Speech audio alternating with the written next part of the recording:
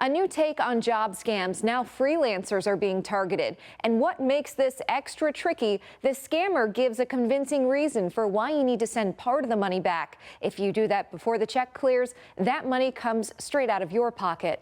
This seasoned writer supports her semi-retirement with freelance work. I'm the ghostwriter who grabs attention in books and corporate marketing. And when Wendy Meyeroff received this request for a new project, she knew she'd be able to handle it. It's a lady named Joan who said she was doing a couple of webinars, and as I say, this is mid-July. She doesn't need material until the middle of August. So that's a decent timeline. Wendy says it's standard to get paid in thirds, up front, after the first draft, and when it's final. But Joan offered to pay in full. She said her sponsor wanted to submit the entire fee up front.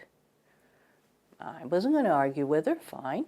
Okay. She signed the contract, but when payment was late, Wendy reached out to her colleagues at the Editorial Freelancers Association. And almost instantly, I get back messages from two people saying, be very careful, there's a scam going on where they deliver the whole fee up front and then they suddenly need half of it back. A few days later, Wendy received the check and deposited it.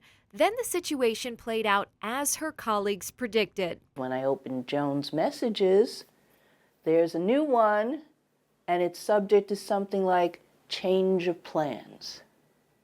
And guess what, Mallory?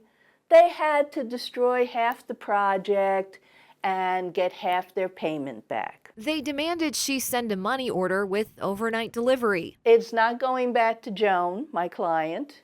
It's not going back to the address I saw. I still had the priority mail envelope, which is in Atlanta somewhere.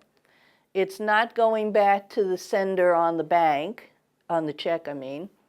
It's going to somebody in an apartment in Massachusetts. This savvy writer wasn't about to become a cautionary tale. I said, nope, I don't think this is correct here. Tuesday morning, I double-checked the bank once again, and I have $0 in my checking account. She went to her bank, who confirmed the check didn't clear. You know, as freelancers without a steady paycheck, you're counting on every dollar. Wendy didn't lose money, but had to move around funds, and it struck her that she could have fallen for this if her colleagues hadn't warned her. It seemed like a very sensible project. She sent me great outlines.